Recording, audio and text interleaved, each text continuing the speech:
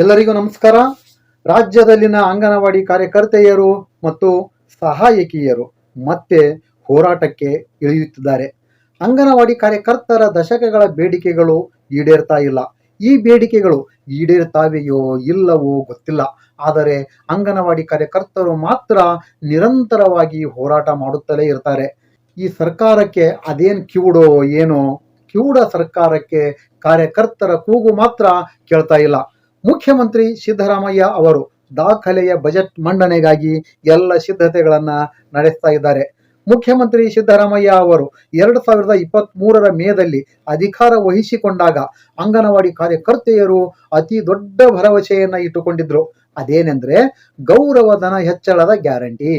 ಕಾಂಗ್ರೆಸ್ ನಾಯಕಿ ಪ್ರಿಯಾಂಕಾ ಗಾಂಧಿ ಅವರು ಅಂಗನವಾಡಿ ಕಾರ್ಯಕರ್ತೆಯರ ಗೌರವಧನವನ್ನು 15,000 ರೂಪಾಯಿಗಳು ಹಾಗೂ ಸಹಾಯಕಿಯರ ಗೌರವಧನವನ್ನು 10,000 ರೂಪಾಯಿಗಳಿಗೆ ಹೆಚ್ಚಳವನ್ನ ಮಾಡೋದಾಗಿ ಘೋಷಣೆ ಮಾಡಿದ್ರು. ಅಂಗನವಾಡಿ ಸಂಘಟನೆಗಳು ಸಹ ಪೈಪೋಟಿಯಿಂದ ಗೌರವಧನವನ್ನು ಹೆಚ್ಚಳ ಮಾಡಿಯೇ ಮಾಡಿಸುತ್ತೇವೆ ಎಂದು ಹೇಳುತ್ತಲೇ ಬರ್ತಾ ಇದ್ದಾವೆ. ಮಹಿಳೆ ಮತ್ತು ಮಕ್ಕಳ ಅಭಿವೃದ್ಧಿ ಇಲಾಖೆ ಸಚಿವೆ ಲಕ್ಷ್ಮೀ ಹೆಬ್ಬಾಳ್ಕರ್ ಅವರು ಇದೇ ವಿಷಯದ ಕುರಿತ ನಡೆದ ಪ್ರತಿಭಟನೆಯ ಸಂದರ್ಭದಲ್ಲಿ ಗೌರವಧನ ಹೆಚ್ಚಳದ ಬೇಡಿಕೆ ಖಂಡಿತವಾಗಿಯೂ ಈಡೇರುತ್ತದೆ. ನನ್ನ ಮಾತನ್ನು ನೀವು ನಂಬಲೇಬೇಕು, ನಂಬ್ರಿ. ಪ್ರತಿಭಟನೆಯನ್ನ ವಾಪಸ್ ಪಡೀರಿ. ಒಂದು ವೇಳೆ ಗೌರವಧನ ಹೆಚ್ಚಳದ ಗ್ಯಾರಂಟಿ ಈಡೇರದೆ ಹೋದರೆ ನಾನು ಕೂಡ ನಿಮ್ಮ ಜೊತೆ ಪ್ರತಿಭಟನೆಗೆ ಇಳಿತೇನೆ ಅಂತಾನೂ ಹೇಳಿದ್ರು. ಈ ಮಾತನ್ನ ನಂಬಿ ಕಾರ್ಯಕರ್ತೆಯರು ಅವತ್ತು ಪ್ರತಿಭಟನೆಯನ್ನ ವಾಪಸ್ ಪಡೆದರು. ಆದರೆ ಸಚಿವೆ ಲಕ್ಷ್ಮೀ ಹೆಬ್ಬಾಳ್ಕರ್ ಅವರ ಮಾತನ್ನು ನಂಬಿ ಕಾರ್ಯಕರ್ತೆಯರು ಮೋಸ ಹೋದ್ರು. ಗೌರವಧನ ಹೆಚ್ಚಳಕ್ಕೆ ಆಗ್ರಹಿಸಿ ಅಂಗನವಾಡಿ ಕಾರ್ಯಕರ್ತೆಯರು ನಡೆಸ್ತಾ ಇರತಕ್ಕಂತಹ ಹೋರಾಟ ಪ್ರತಿಭಟನೆಗಳಿಗೆ ಲೆಕ್ಕವೇ ಇಲ್ಲ.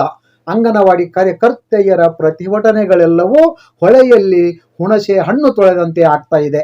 ಪ್ರತಿ ವರ್ಷ ಬಜೆಟ್ಗೂ ಮುನ್ನ ಅಂಗನವಾಡಿ ಕಾರ್ಯಕರ್ತೆಯರು ಪ್ರತಿಭಟನೆಯನ್ನ ನಡೆಸೋದು ಒಂದು ಸಂಪ್ರದಾಯ ಆಗಿ ಹೋಗಿದೆ.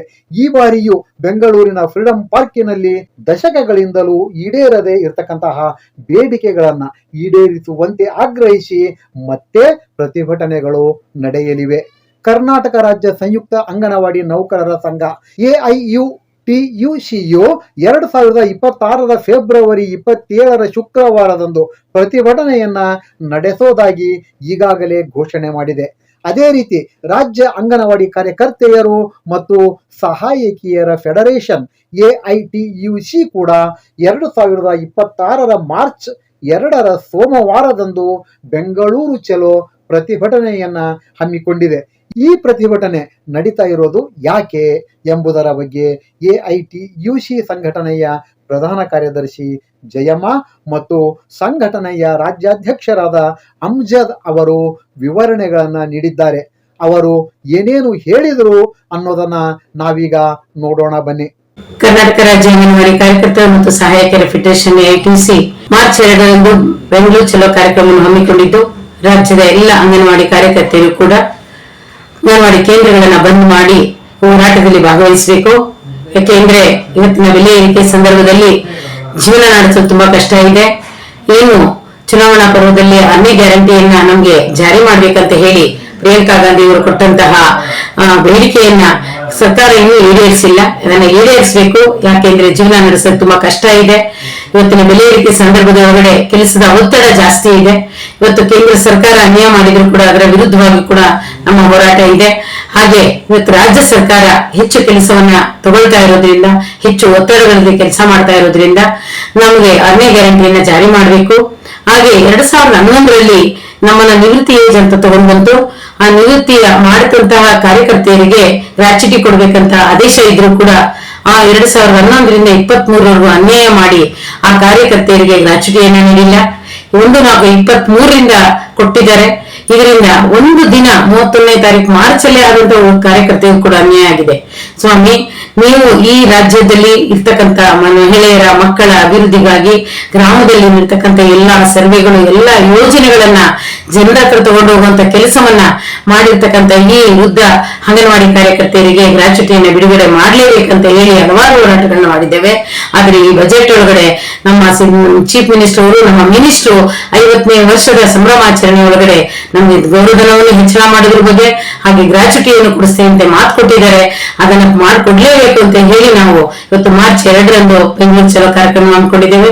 ರಾಜ್ಯದ ಎಲ್ಲ ಕಾರ್ಯಕರ್ತೆಯರು ಕೂಡ ಈ ಹೋರಾಟಕ್ಕೆ ಭಾಗಿಯಾಗಿ ನಿಮ್ಮ ಹಕ್ಕುಗಳನ್ನ ಪಡೀಲಿಕ್ಕೆ ನೀವೆಲ್ಲರೂ ಕೂಡ ಸಾಗರೋಪಾದಿಯಾಗಿ ಬರಬೇಕು ಅಂತ ಹೇಳಿ ವಿನಂತಿ ಮಾಡ್ತಾ, ಹಾಗೆ ಏನು ಮತ್ತು BLO ಕೆಲಸ ಮೊದಲು ಇದ್ದಾಗಲ್ಲ, ಇವತ್ತು ಅದನ್ನ ಮ್ಯಾಪಿಂಗು ಮತ್ತೆ ಕಾರ್ಯಕರ್ತ ಜನರು ಏನಿದ್ದಾರೆ ಅವ್ರದ್ದು ಮುಂದಿನ ವೃತ್ತಾಂತ ಇವೆಲ್ಲವನ್ನೂ ತಗೊಂಡು ಮೊಬೈಲಲ್ಲೇ ಮಾಡ್ಬೇಕಾಗಿರೋದ್ರಿಂದ ಮೊಬೈಲ್ ಅನ್ನು ಕೂಡ ನಮ್ಗೇನು ನಮ್ಮ ಅಂಗನವಾಡಿ ಕಾರ್ಯಕರ್ತೆಯರು ಅಂಗನವಾಡಿ ಕೇಂದ್ರದಲ್ಲಿ FRS ಮಾಡೋ ಮುಖಾಂತರ ಅವ್ರು ಕೊಟ್ಟಿರ್ತಕ್ಕಂಥ ಮೊಬೈಲ್ಗಳು ಈಗಲೇ ಹಾಳಾಗಿದ್ದಾವೆ, ಸರಿಯಾಗಿ ಕೆಲಸ ಆಗ್ತಾ ಇಲ್ಲ. ಅದ್ರ ಜೊತೆಯಲ್ಲಿ ಅದೇ ಮೊಬೈಲ್ ಒಳಗಡೆ ಈ BLO ಕೂಡ ಕೆಲಸ ಮಾಡ್ಲಿಕ್ಕೆ ಹೇಳಿದ್ದಾರೆ.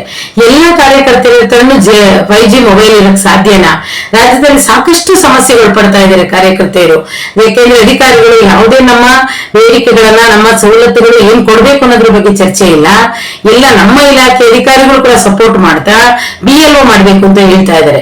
ಈ ಕಡೆ ಬೆಳಿಗ್ಗೆ ಅಂಗನವಾಡಿ ಕೇಂದ್ರದಲ್ಲಿ ಲೈವ್ ಲೊಕೇಶನ್ ಅಲ್ಲಿ ಅಂಗನವಾಡಿ ಕೇಂದ್ರವನ್ನ ಓಪನ್ ಮಾಡ್ಬೇಕು, 4 ಗಂಟೆಗೆ ಲೈವ್ ಲೊಕೇಶನ್ ಕೊಡ್ಬೇಕು ಎಲ್ಲಿದ್ದೀವಿ ಅಂತ.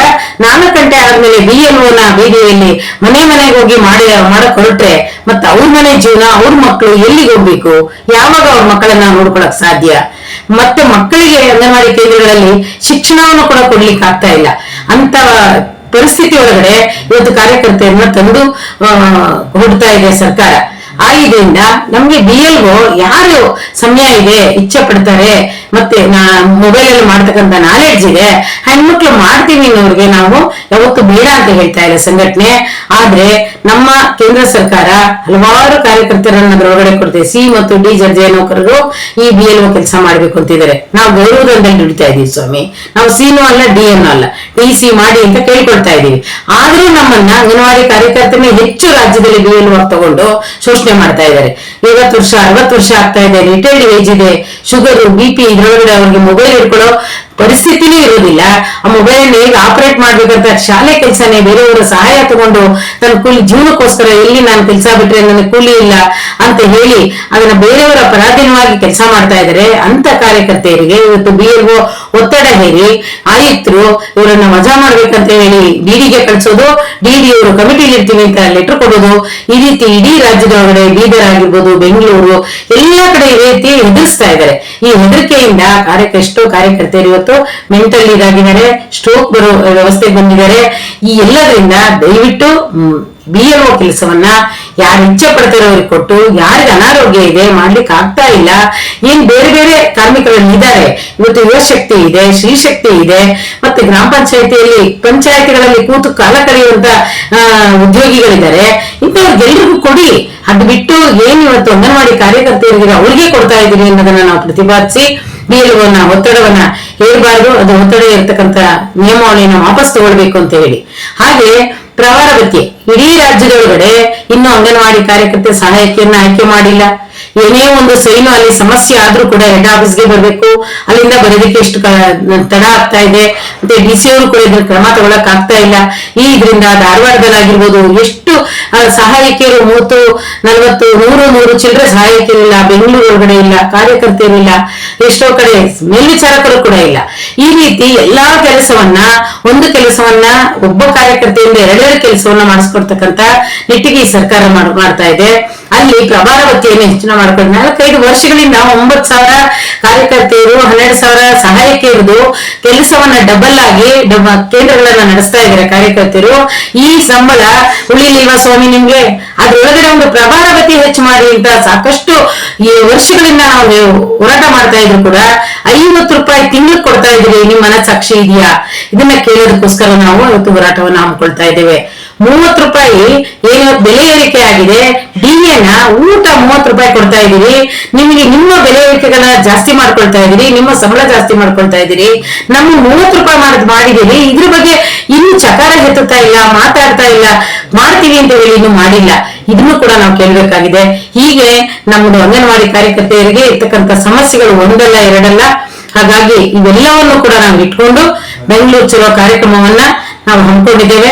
ಎಲ್ಲ ಕಾರ್ಯಕರ್ತರು ಕೂಡ ಫ್ರೀಡಂ ಪಾರ್ಕಿಗೆ ಬಂದು ನಿಮ್ಮ ಹಕ್ಕುಗಳನ್ನ ಪಡೆದು ಹೋರಾಟದ ಹಾದಿ ಅಂಬೇಡ್ಕರ್ ಹೇಳಿದ ಹಾಗೆ ಶಿಕ್ಷಣ, ಹೋರಾಟ ಮತ್ತೆ ಇಲ್ಲದೆ ಇದ್ರೆ ನಾವೇನನ್ನು ಪಡ್ಕೊಳ್ಳಕ್ ಸಾಧ್ಯ ಇಲ್ಲ. ಒಂದು ಕಡೆ ನ್ಯಾಯಾಂಗ ಬಂಧನದಲ್ಲಿ ಹೋರಾಡಬೇಕು, ಒಂದ್ ಕಡೆ ಬೀದಿ ಹೋರಾಟದಲ್ಲಿ ಹೋರಾಡಿ ನಮ್ಮ ಹಕ್ಕುಗಳನ್ನ ಪಡ್ಕೊಳ್ಬೇಕು, ನಮ್ಮ ಉಳಿವಿಗಾಗಿ ಕೂಡ ಹೋರಾಡಬೇಕಾದಂತ ಸಂದರ್ಭ ಇದೆ ಸಂಗಾತಿಗಳೇ.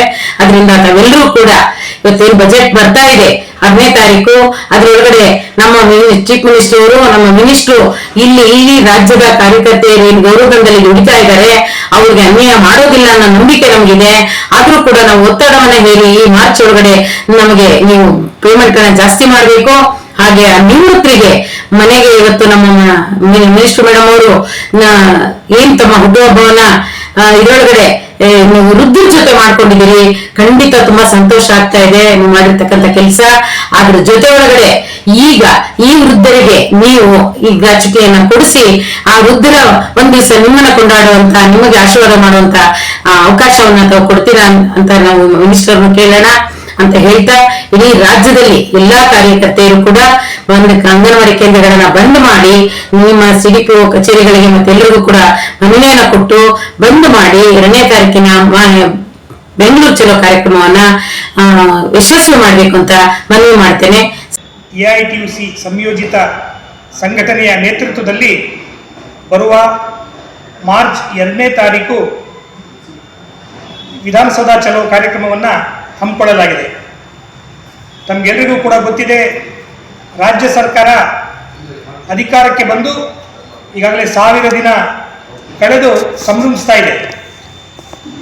ಚುನಾವಣಾ ಪೂರ್ವದಲ್ಲಿ ಅಂಗನವಾಡಿ ಕಾರ್ಯಕರ್ತೆಯರು ಮತ್ತು ಸಹಾಯಕಿಯರಿಗೆ 6ನೇ ಗ್ಯಾರಂಟಿಯಾಗಿ ಭರವಸೆ ಕೊಟ್ಟಂತಹ ರಾಜ್ಯ ಸರ್ಕಾರ ಅಂಗನವಾಡಿ ಕಾರ್ಯಕರ್ತೆಯರ ಗೌರವಧನ ಹೆಚ್ಚಳ, ಗ್ರ್ಯಾಚ್ಯುಟಿ, ಇಡಗಂಟು ಕೊಡ್ತೀವಿ ಅಂತಕ್ಕಂಥ ಏನು ವಾಗ್ದಾನ ಮಾಡಿತ್ತು, ಕಳೆದ 3 ವರ್ಷ ಕಳೆದರೂ ಕೂಡ ರಾಜ್ಯ ಸರ್ಕಾರ ಅದನ್ನು ಮರೆತು ಕೂತಿದೆ. ನಾವು ಕಳೆದ 2 ವರ್ಷಗಳಿಂದಲೂ ಕೂಡ ಈ ವಿಚಾರದ ಬಗ್ಗೆ ಸರ್ಕಾರದ ಗಮನ ಸೆಳೀತಾ ಇದ್ರೂ ಕೂಡ ಸರ್ಕಾರ ಬೇರೆ ಬೇರೆ ಸಬೂಬುಗಳನ್ನು ನೀಡಿ ತಾನು ಕೊಟ್ಟಂಥ ಭರವಸೆಯನ್ನು ಈಡೇರಿಸುವಲ್ಲಿ ಇವತ್ತು ಮೀನಾಮೇಷ ಎಣಿಸ್ತಾ ಇದೆ. ಅಂಗನವಾಡಿ ನಿರ್ವಹಣೆಗಳನ್ನು ಬಿಟ್ಟು ಇವತ್ತು BLOಗಳಾಗಿ ಸರ್ವೆ ಮಾಡ್ತಕ್ಕಂಥದ್ದು, ಚುನಾವಣಾ ಕೆಲಸ ಮಾಡಲಿಕ್ಕೆ ಇವತ್ತು ಕಷ್ಟ ಸಾಧ್ಯ ಆಗ್ತಾ ಇದೆ. ಇದನ್ನು ಮಾಡೋಕ್ಕಾಗಲ್ಲ ಅಂದರೆ ಅವ್ರ ಮೇಲೆ ಇವತ್ತು ಶಿಸ್ತಿನ ಕ್ರಮ ತೆಗೆದುಕೊಂಡು ಅಮಾನತ್ತು ಮಾಡ್ತಕ್ಕಂಥ, ವಜಾ ಮಾಡ್ತಕ್ಕಂಥ ಒಂದು ಪ್ರಕ್ರಿಯೆಗೆ ಈಗಾಗಲೇ ರಾಜ್ಯ ಸರ್ಕಾರ ಇವತ್ತು ಮುಂದಾಗಿದೆ. ಸೊ ಇದು ಅಮಾನವೀಯ ಮತ್ತು ಒಂದು ಗೌರವಧನ ಸೇನೆಯಲ್ಲಿ ದುಡಿತಾ ಇರ್ತಕ್ಕಂಥ ಕಾರ್ಯಕರ್ತೆಯ ಮೇಲೆ ಮಾಡ್ತಕ್ಕಂಥ ಒಂದು ಶೋಷಣೆ ಅಂತೇಳಿ ಪರಿಭವಿಸಿರ್ತಕ್ಕಂಥ ಈ ಸಂಘಟನೆ ಪ್ರಮುಖವಾಗಿರ್ತಕ್ಕಂಥ ಈ 3 ಬೇಡಿಕೆ, ಅಂಗನವಾಡಿ ಕಾರ್ಯಕರ್ತೆಯರಿಗೆ ವಾಗ್ದಾನ ಮಾಡಿರ್ತಕ್ಕಂಥ ಏನು 6ನೇ ಗ್ಯಾರಂಟಿಯ ಭಾಗವಾಗಿ ಗೌರವಧನ ಹೆಚ್ಚಳ ಮಾಡಬೇಕು, 2011ರಿಂದ ನಿವೃತ್ತಿಯಾಗಿರ್ತಕ್ಕಂಥ ಎಲ್ಲರಿಗೂ ಕೂಡ ಗ್ರಾಚ್ಯುಟಿ ಸೌಲಭ್ಯ ಜಾರಿ ಮಾಡಬೇಕು, ಹಾಗೂ BLOಗಳಾಗಿ ಕಡ್ಡಾಯಗೊಳಿಸ್ತಕ್ಕಂಥ ಏನು ನಿರ್ದೇಶನ ಇದೆ ಅದು ವಾಪಸ್ ಪಡೆದು